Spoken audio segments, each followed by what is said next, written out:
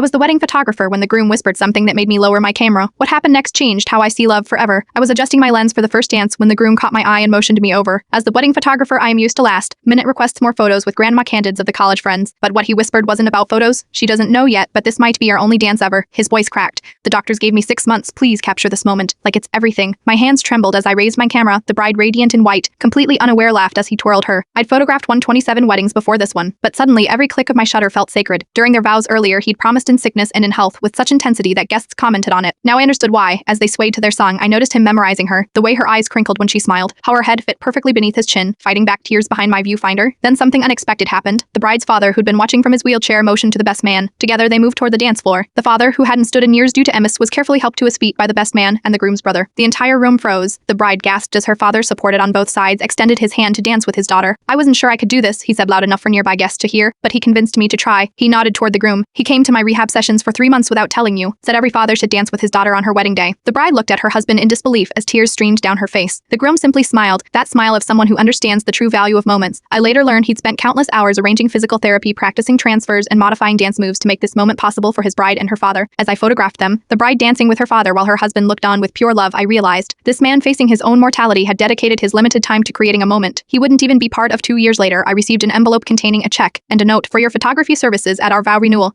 Ye date as before. He beat the odds. Sometimes love is the strongest medicine. I've shot hundreds of weddings since then, but I approach each one differently now, because sometimes what looks like a simple first dance is actually someone's entire world spinning in 3 minutes. And sometimes the greatest acts of love are the ones happening just outside the frame. When you truly love someone, you don't just promise them your future, you make sure their present is filled with moments worth remembering, no matter what tomorrow brings.